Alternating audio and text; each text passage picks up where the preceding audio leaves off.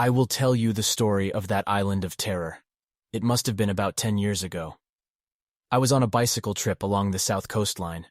I decided to visit a remote island that could only be reached by a 3-hour ferry ride from the mainland. When I arrived, the Coast Guard police were surprised to see me with my fully loaded bicycle, equipped with tents, water bottles, and camping gear. So, you traveled to this remote island for a bicycle ride? Keep in mind that there are no stores or lodgings available here. Well, I can set up my tent anywhere. Besides, the weather is nice. Go ahead, be my guest then. Upon arriving on the island, I kept looking around the scenery while cycling. And wow, the scenery was absolutely breathtaking. The island was fairly large, and the roads were well maintained, making it a pleasure to ride on. However, the lack of streetlights was a downside, as it quickly became dark. Uh-oh, the sun is already setting. I still have a long way to go to get to the town. People who have traveled know this well. If you push yourself too hard to move forward in situations like this, accidents will happen. On that day, I ultimately decided to camp on a flat piece of land by the roadside. As I began setting up the tent, I noticed the presence of several graves and a stone tower nearby, which stood as tall as a man. However, having slept in a cemetery on numerous occasions in the past, I did not find these surroundings particularly daunting or terrifying. However, until then, I had no idea what would happen to me that night. After eating dinner, I crawled straight into my sleeping bag, but a few moments later... Huh? What's this? What is it? I opened my eyes wide and I heard something from outside of the tent. Who is it out there? Upon hearing a person's voice, I felt a sense of relief. Thank God it wasn't a wild animal or something, I thought, and ventured outside the tent. However, I was caught off guard by the thickness of the fog, which obscured my vision completely. It was a dense sea fog that shrouded the surroundings, rendering it impossible for me to even see my own hands in front of my face. This is the reason why fishermen are more afraid of sea fog than ghosts, or so I heard from an old man's tale. Suddenly, in the midst of the thick fog, a man's silhouette appeared, standing beside a vehicle with its headlights blazing. Although his figure was partially obscured, his voice carried distinctly through the dense fog. What are you doing here? It's dangerous to be alone here at night. Why? Is it because it is next to the graveyard? It's okay. It's dangerous here. I'll give you a ride to the town. I find it strange that someone would offer me a ride without introducing themselves. It raises some suspicion. I attempted to use a flashlight to catch a glimpse of the person's face, but unfortunately, it didn't work, so I had to squint my eyes and look. That's when I noticed a rectangular shape on the roof of the vehicle.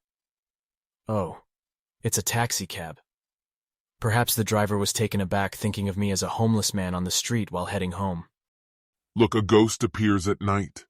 This ghost appears at the intersection every night, stops a cab, and one day a cab driver picks up the ghost and... A ghost. Well, let me tell you. I even sleep in the graveyard and share my food with wild animals. Don't worry about me. I'm not easily impressed. Despite my boasting, that person didn't even pay attention to me. Just come with me. I'll give you a ride to the town. He was insistent on giving me a ride, even though I declined his offer multiple times. At one point, I found myself seriously considering his offer due to his persistence. Is it really haunted? Even if that's the case, I'm hesitant to blindly follow along. What would happen to my bicycle, tent, and all of my equipment if I do? I really appreciate your concern, but I actually have quite a bit of luggage with me.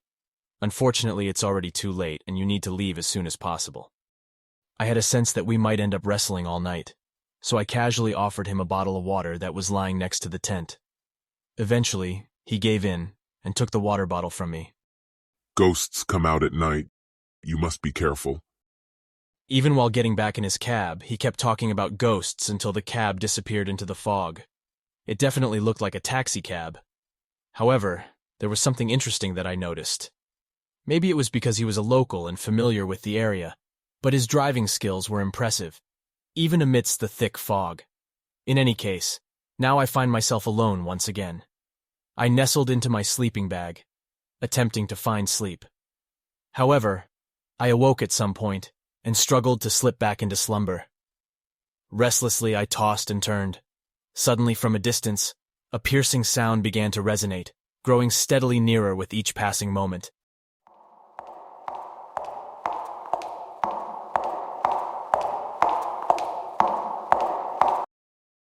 The rhythmic tapping resonates from every step, sending shivers down my entire body. Each clack of the pointed heels hitting the concrete echoes into the night.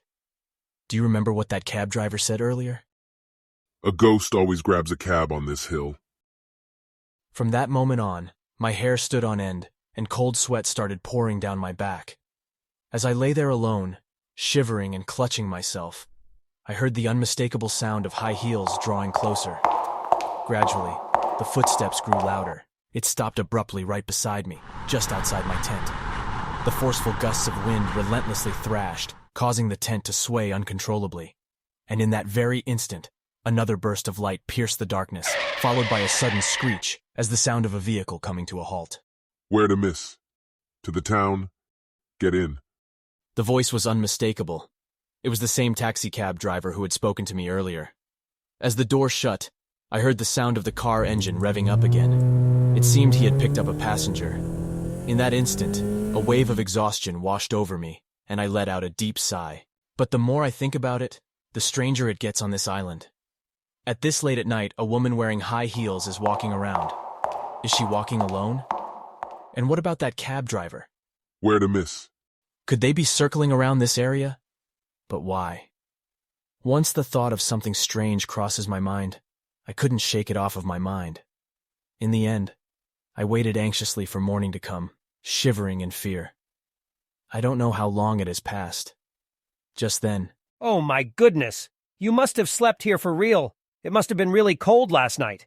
before I knew it, the sky cleared and brightened, and the Coast Guard police I had met yesterday were standing outside.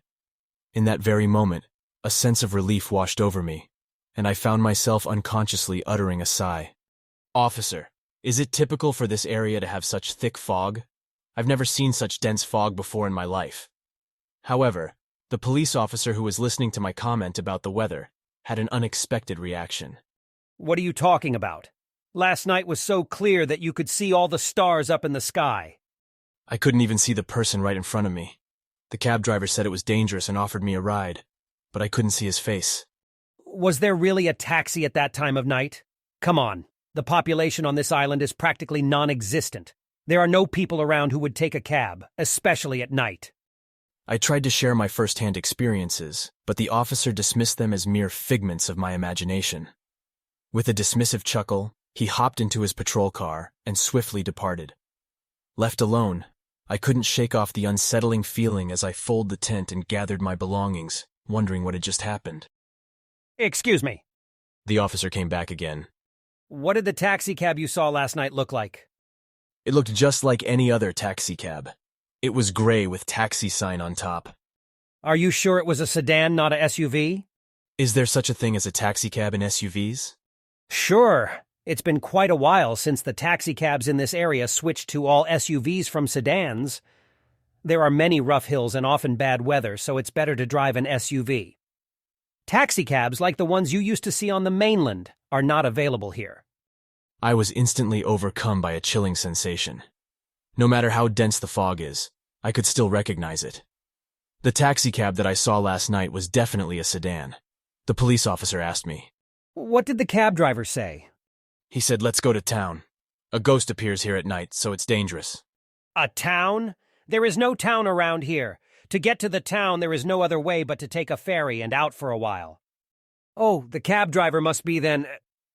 The officer, visibly shaken, asked one final question with a shaky voice. By any chance, did you hear any footsteps? Perhaps the sound of a woman walking in high-heeled shoes? Shocked, I answered with a loudest voice. Yes, how did you know that? I heard it. I definitely heard it. I was so shocked that I even screamed out loud, after catching a glimpse of my stunned expression and being met with an emphatic, "Yes," the officer murmured under his breath, his voice tinged with a hint of disbelief. Was it really true then? And repeated those words again and again. Was it really true? Silent minutes passed. The story the police officer told me was really shocking. I heard a similar story from my senior a while ago, right here. A cab driver picked up a woman passenger on this narrow road, but she suddenly went crazy and demanded to be taken deep into the countryside. Unfortunately, Being distracted by her frenzy, the taxicab veered off the edge of a cliff and plunged into the abyss.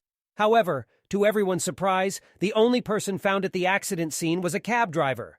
They later said that they found only one high-heeled shoe in the back seat of the cab. So, what happened to the cab driver? I heard he later died not long after the accident.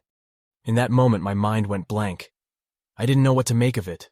What were those things from last night? What on earth did I see? Overwhelmed by fear, I couldn't bear to remain on this island any longer. After parting with the officer, I frantically packed up my tent. And then, in that very moment, it appeared before my eyes. Do you know what was on top of that stone tower that was standing next to the tent last night? The bottle of water I handed to the cab driver last night. It is now standing on top of the stone tower. Why is it there? Who did I give the bottle of water to? It remains a mystery to this day.